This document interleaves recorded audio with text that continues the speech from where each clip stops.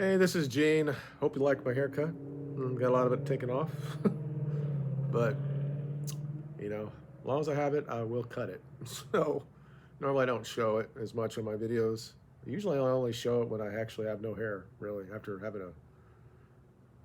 a haircut. I usually don't show how crazy it gets. I mean, it's very thin and it kind of goes everywhere. Not as bad as Trump, I guess, but I have issues as I get older, obviously. Um, but I'm thankful that I do have my hair. But I do want to talk today about dealing with having a different opinion about people that, or about things in the world, um, and dealing with family and spouses and people like that who don't really research the subject that I'm having or questioning, and then they just take the mainstream narrative of that, and it's very difficult to have a conversation with them because they've been, for the lack of a better word, been indoctrinated for 40 or 50 years about the story or whatever it is, and they can't have a debate on it. And then they say things like, "Well, you're not really anti-Semitic, but it might offend people by what you say." Like, okay, so basically, I should just shut up. I already have to do it in my house quite a bit because of my viewpoints. And I don't bring it up. People bring it up. They bring up immigration. I give my viewpoint, and then we have family members that happen to be first generation Mexican, let's say, and you can't have that conversation with her in the room because she gets triggered by it. If I say that I I think they should shut down the border because it's fundamentally changing the country, they might get upset because now I'm talking about their family, and I don't know if they got here legally or not. No one's ever told me this, but see how people become more tribalistic, and they want to defend people that look like them or have the same culture in their background. And you see that all the time. And this is something that we have in the human sphere. So it's not shocking to see what's going on now. Somehow, a lot of people in the United States have this tied back to Israel and to the Jews, when there really should be no real tie to them at all. They are not our friends, and I was trying to explain it to my wife in a very like a 30,000 view of it all, because she doesn't know enough, and I don't really want her to go down that rabbit hole. She doesn't have to deal with what I know, and I certainly do not try to um, change her mind. She's an independent woman, as they say, but she's a typical woman. She's very empathetic, and she doesn't want you to say bad things about anything. And she always likes to equate, if I say something's wrong with Israeli government, now I'm against all Jewish people. And that's just a hard issue that you have to go through, because they always want to do that. They want either to say, if you're on one side, you say that basically Hamas is basically all the Palestinians, right? So they all have to be eradicated. And there are people on the right that actually believe this stuff. They think that Hamas is so intertwined to all the Palestinians that they really all should be killed. And when you hear things like no Muslim country will bring them in because they're problematic. So what does that mean? Does that mean now we're going to have to take that on? And then we see nice little videos of all these people marching in different cities in the country. Now, these are cities that are run by Democrats for the most part. Every now you'll see some other, like Dallas, which is still a very 50-50 type of liberal versus conservative. You got to go outside of Dallas and you get to more conservative areas. It's like Austin's the same way. The state capital is very run by liberals. So you have a lot of people that go to college, and they've been told for a long time that the Palestinians are basically the victims in all of this. And on some level they are.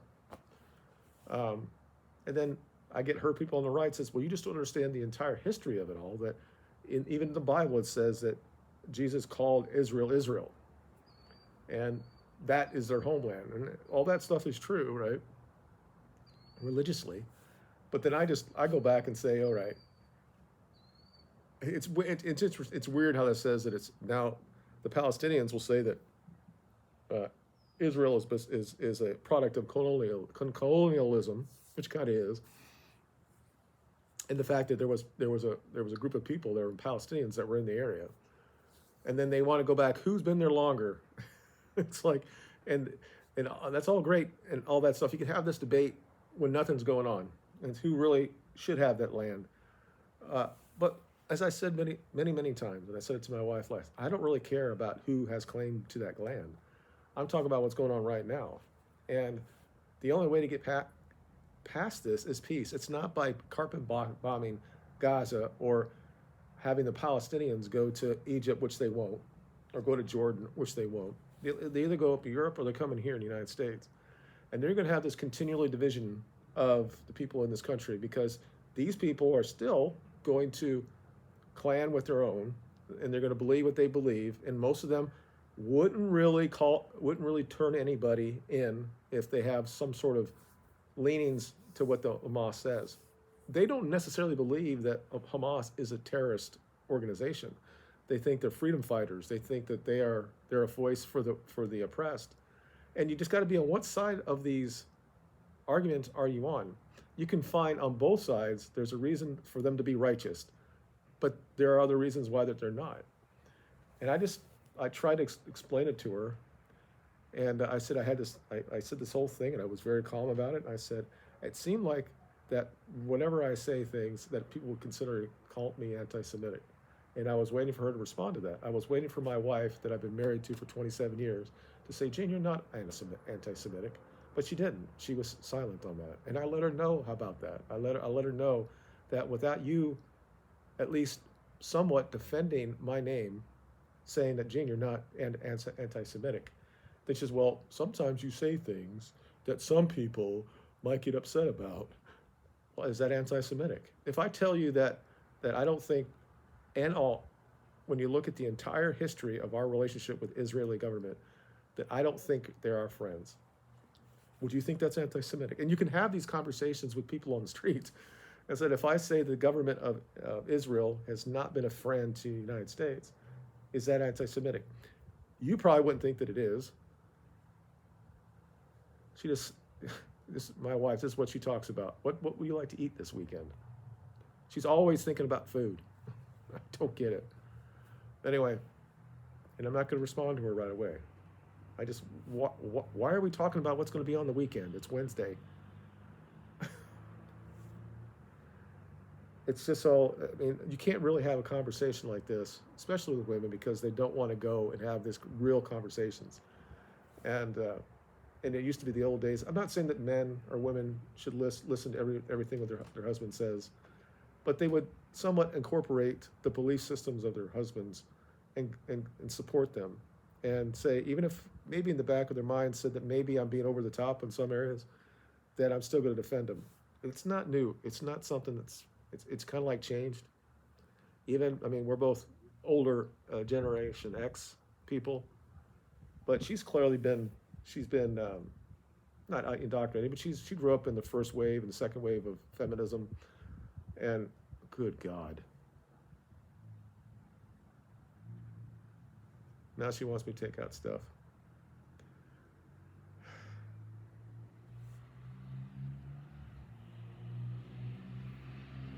Anyway,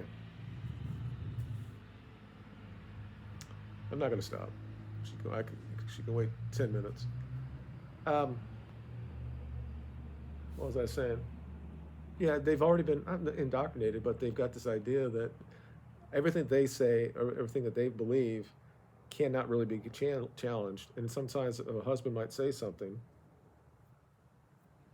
and they're at that surface level. They really rarely go down and research the information.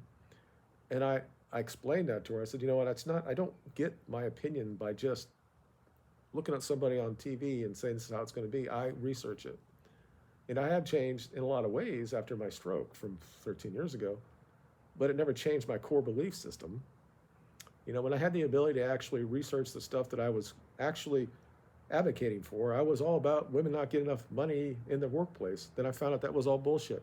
And once you find out at the very easily things that could be proven false and what's pushing that, then you realize a lot of the other stuff that they've actually told us has all been false. So when you go down the rabbit hole, things happen. You get upset, and you get black pilled, let's say, and it's getting worse and worse and worse and worse. And we got our, it's like I don't trust my own government. I worked in the government for 24 years, and I worked in a defensive a defense industry for a couple of years before I had my stroke. And I don't trust my government because I'm pretty much sure that they killed Kennedy. I'm pretty sure a lot of things that they've done. I mean, you go all the way back, what we've done as a government in the United States to our own people, to the natives, and all this stuff. So why would I trust Israelis? And then yesterday we had this whole thing about the bomb in the hospitals. At first it came out that they think it was from Israelis, and then they say it's from Hamas. And you got two competing viewpoints with their own proof. And who am I supposed to believe? Do I just because one of them happens to be Palestinian or Muslim, I believe them more than I believe the Israeli government, which has been lying for hundreds of years, well, a generation since I've been alive. They've been lying about stuff and what they've been involved with and how they've been spying on us, and that Mossad is everywhere and they're doing stuff, and they're not our friend. And I try to explain it to it, like I said, at a very surface level, that says that they're just not really our friends. The fact that they're the only non-Muslim country in the area, okay, and the idea that we're somewhat tied to them because of what? I mean, this whole Judeo-Christian thing came up, I don't know, 80 years ago, 90 years ago, to try to stop all the shit that was going on between the Catholics and the Christians against the Jews. Because back then there was, if you want to call it anti-Semitic, because, they believed that they had killed Jesus. So there was some of that there, right? There was some sort of animosity to the Jews. And they said, well, let's try to do this because we all believe in the same God, kind of. We're all monotheistic type of thing. But of course, we left out the Muslims, who also believe the same thing. They believe in one God as well. So, of course, there wasn't a whole lot of Muslims back there. There wasn't really a whole lot of Jews back then. But a lot of people came at the same time. And they had their own areas that they congregated against, as we do as a people, as a tribal people, we do this. The Germans were in the same ghettos, and then just down the road there might be an Italian ghetto, and there might be a Polish ghetto. And these are all white people, but they still convoluted together against each other. So just trying to deal with this and trying to navigate this without didn't get upset, not to get where it actually ruins your own relationship. I've had this conversation ever since I had my stroke. When I had when I changed I'm still a Democrat, but what I believe is changed because I woke up, right? And a lot of people on the left, when they get woke up, they go through this, and their family member says what's going on with them, and they try to blame my stroke for all this. That this caused my brain to change, and I became this version of person that I don't believe in or is a good person. Because I voted for Obama, and I'm a good person I believed in certain of the properties of the Democratic Party. And I don't, but I'm not Republican either, because they're spineless. They're not doing the idea that they're trying to defend us and the southern border is laughable.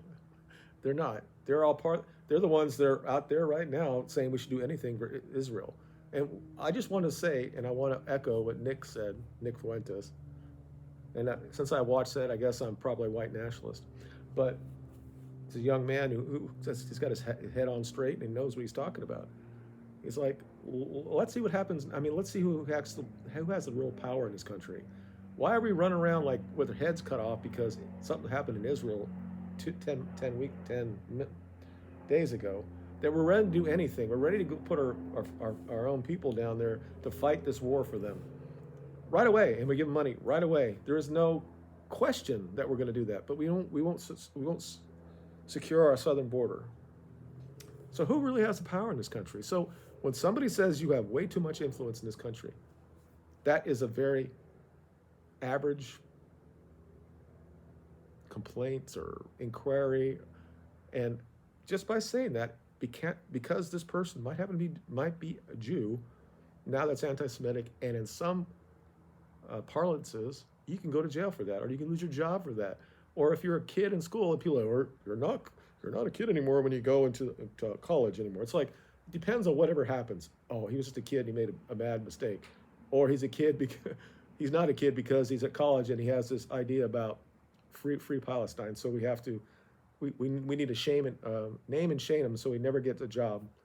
It's like, it just, whoever decides when somebody is a kid and when they make, everybody, when you go back and you're, all these people now that are on the Republican side were probably raging liberals in high school or in college. And they've changed. I mean, most of the really figureheads in the right are all liberals before. David Rubin, a former liberal Jew. Candace Owens, a former liberal black woman. I'm sure that Shapiro's always been somewhat right. Almost all of them, Joe Rogan, clearly almost a socialist, now has more of a conservative leaning point. So and then we look at, well, we can't really blame Clinton for having all these drugs when he was in college, because that's what kids do. But we want to say everybody that somewhat supports the idea of having a two-state solution, or that Palestinians are also people. I don't really like the fact that somebody's sitting there celebrating Hamas, whatever, and maybe they should be shamed and named. I don't know. But I think about cancel culture and all this stuff, and here we're doing this now. So you got Megyn Kelly and you got Candace Owens, and they're kind of like yelling at each other about the same thing. And why are we talking about fucking Israel? Let these people protest. As long as they're not breaking any laws, if they're not inciting violence, let them do it. Eventually, it'll get out of their system, and they can finish their own fucking shit, and we can be concerned about what's going on here, right in the United States. We don't need anything to do with Israel. Obviously, no matter what I say, we're still going to do whatever they want us to do, because it's so entrenched right now that they influenced everything.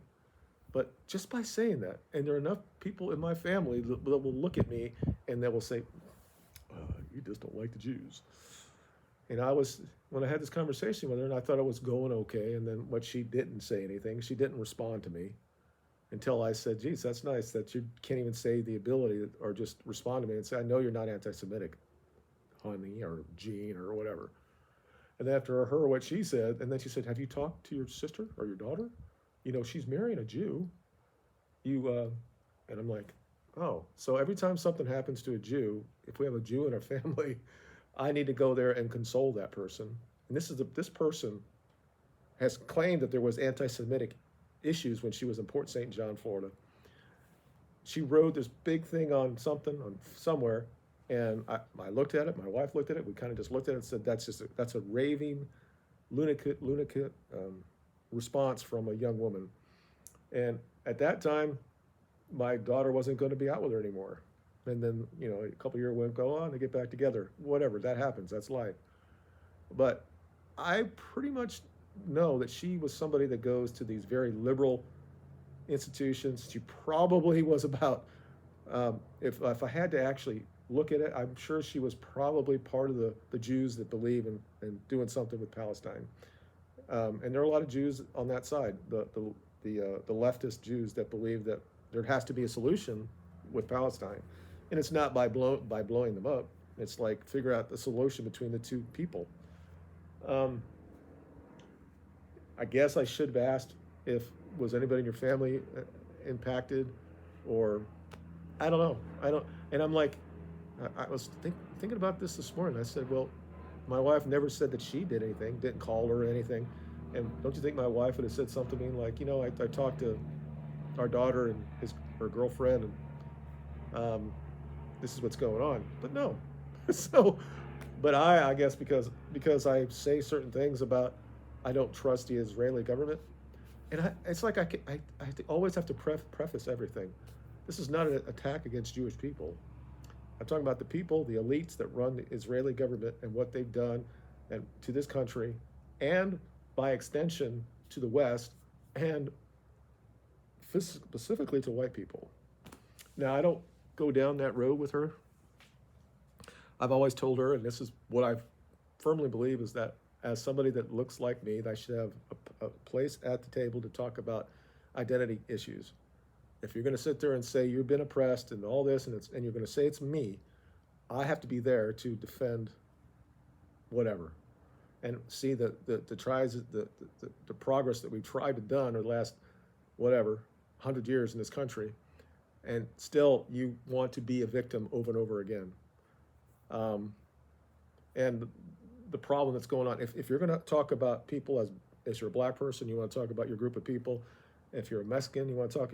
I should be able to talk about the shit that's destroying my culture, my race as well. And it should be I shouldn't be looked at as any different than anybody from any other groups. If I want to say it's okay to be white, that should be fine. If look at Cain Velasquez. He's got like was it brown pride on his, or black, I think it's brown pride. He's got it tattooed, and everybody thinks it's a good thing. Now, if I put white pride, you know what that would be. I would never be allowed to fight in the UFC. As open as Dana, what's his last name? Whatever. The owner, or the CEO, I don't know. The guy that runs UFC, he says, yeah, you pretty much can say anything here. I think you'd have a problem with a fighter that has something like that on his chest.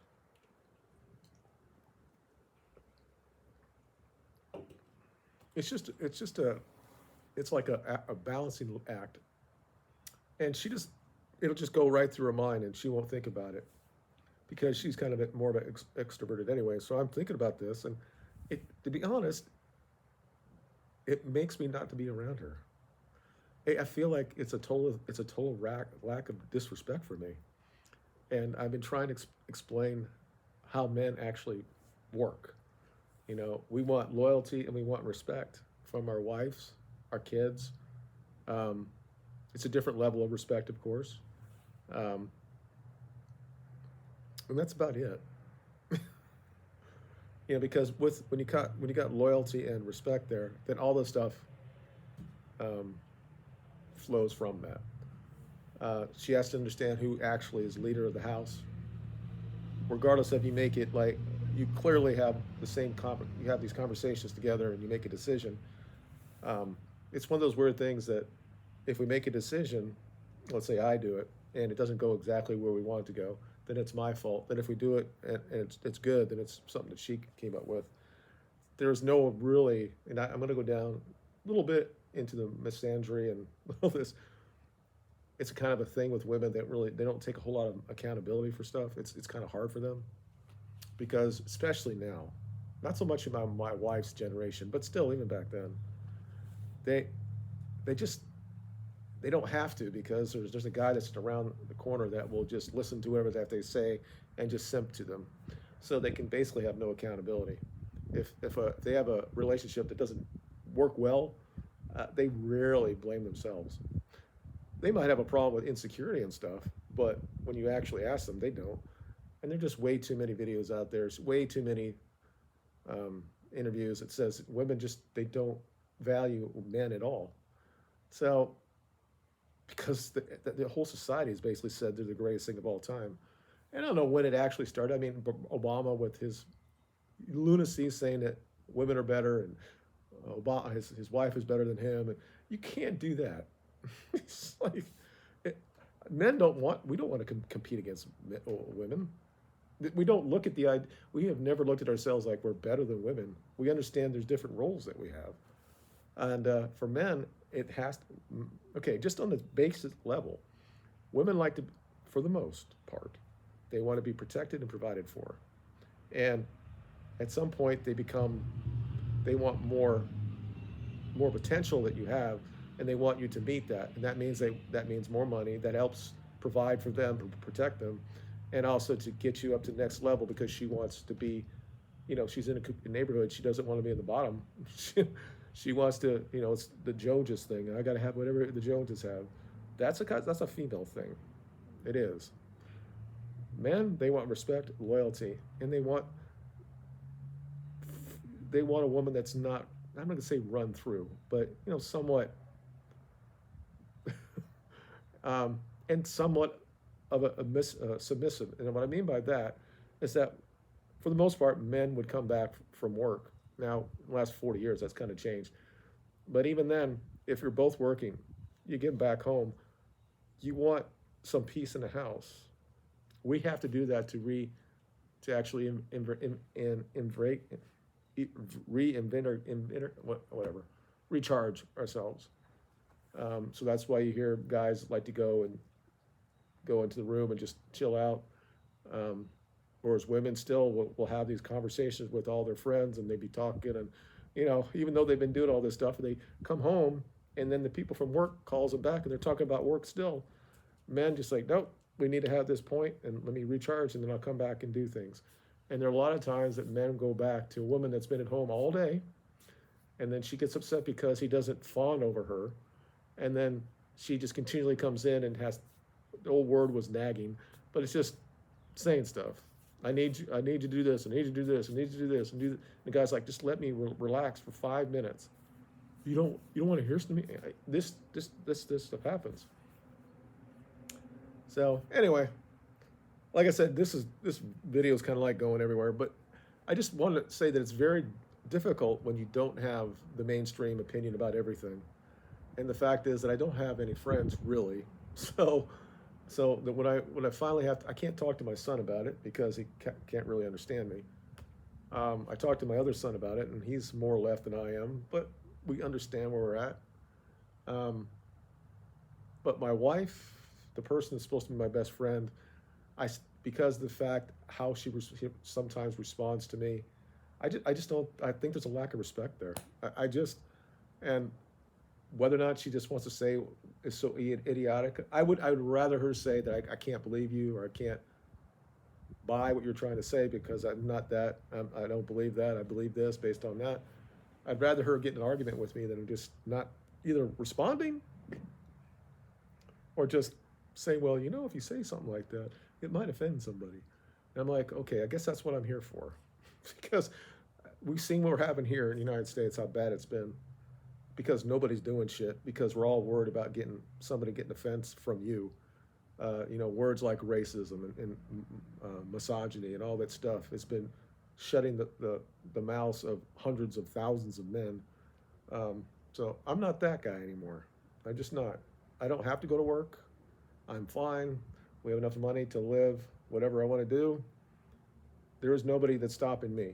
Okay, I'm not going to say certain things on there because my wife still works in the public sector. But I'm not going to go crazy on here, but the truth is simply this. Somebody needs to stand up because the West is falling. The United States is falling spectacularly. And unfortunately, a lot of people just want to have their hands or heads in the sand, or they just want to say, just don't say those things. It'll be fine. Okay. Just look what's happened the last 10 years. You don't think you think now it's going to stop? Now that it gets more and more expensive for stuff, and if we're going to still import more and more people that are not part of our culture, yeah. Anyway, you guys have a good day. Tell me what you think about this. If you're somebody that actually has these conversations in your family, have you been ostracized because of it, or just not listened at? Because why do you have to say? You're just an old white man. Nobody's going to care about you anyway. Eventually, you're going to be replaced. I go down that road as well. I don't really want to do that, though. You guys have a good day. We'll talk about it in the comments.